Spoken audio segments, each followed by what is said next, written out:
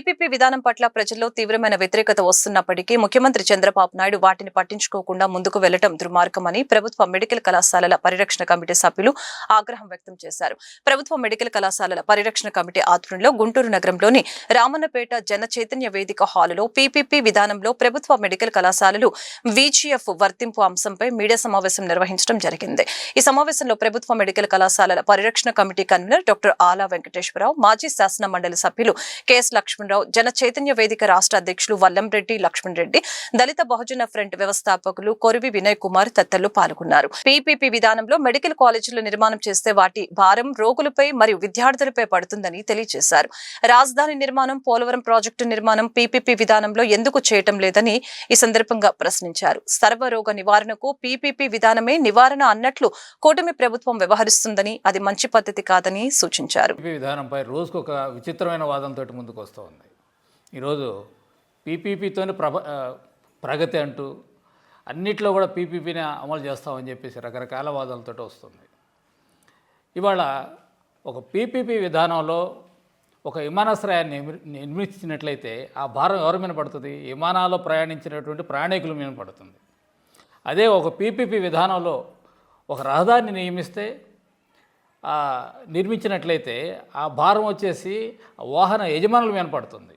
అదే పీపీపీ విధానంలో వైద్య కళాశాలను కనుక నిర్మిస్తే ఆ భారం వచ్చేసి రోగుల మీద పడుతుంది, వైద్య విద్యార్థుల మీద పడుతుంది.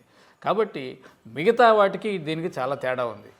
అందుకని ఇవాళ మేము కోరుకుంటుంది ఏంటంటే ఈ భారం అనేది ఆ రోగుల మీద కానీ వైద్య విద్యార్థుల మీద పడకూడదు. కనుక ఈ పీపీపీ విధానాన్ని వైద్య కళాశాలకు మాత్రం అమలు చేయకూడదని చెప్పేసి గట్టి కోరుతున్నాం. మీరు పీపీపీ విధానంతో తొందరగా జరుగుతుంది, పీపీపీ విధానంతో మేలు జరుగుతుంది అనుకుంటే పోలవరాన్ని పీపీపీ విధానంలో నిర్మిస్తామని చెప్పేసి రాష్ట్ర ప్రభుత్వం 3 నెలల క్రితం ప్రకటించింది. ఈ 3 నెలల పరిస్థితిని మనం పరిశీలిస్తే రాష్ట్ర ప్రభుత్వం ఆత్మరక్షణలో పడినట్టుగా కనిపిస్తుంది. గత 10-12 రోజుల్లో చంద్రబాబు నాయుడు గారు పాల్గొన్న 5-6 మీటింగుల్లో కేవలం ఈ అంశాన్నే ప్రస్తావించడం అనేది దీన్ని తెలియజేస్తూ ఉంది.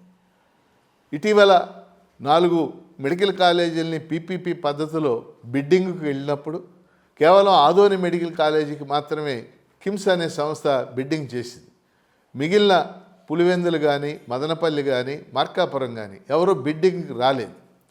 ఆ రాని మరుసటి రోజున అంటే 2 రోజుల క్రితం చంద్రబాబు నాయుడు గారు ముఖ్యమంత్రి గారు వైద్య ఆరోగ్య శాఖ అధికారులతో, వైద్య ఆరోగ్య శాఖ మంత్రి గారితో చర్చలు జరిపి దాని మీద రివ్యూ చేసి సమీక్ష చేసి ఆ సమీక్ష సందర్భంలో అవసరమైతే మనం వైబిలిటీ గ్యాప్ ఫండ్ వాటికి ఇద్దాం. పదే ప్రజల్ని మభ్యపెట్టడానికి పీపీపీ పద్ధతే చాలా మేలైంది అని చెప్తూ ఉన్నారు.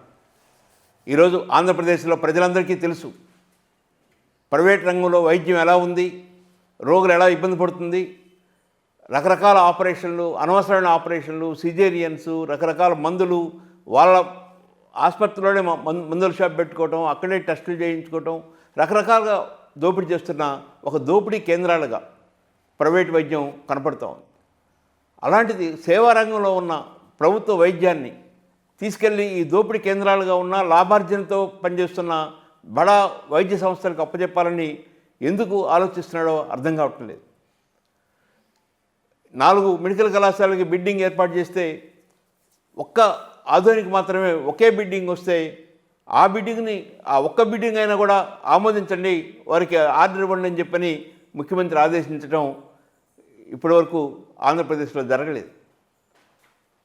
గత ప్రభుత్వం 17 మెడికల్ కళాశాలని ప్రభుత్వపరంగా నిర్మించడానికి తలపూని 5 మెడికల్ కళాశాలను పూర్తి చేసి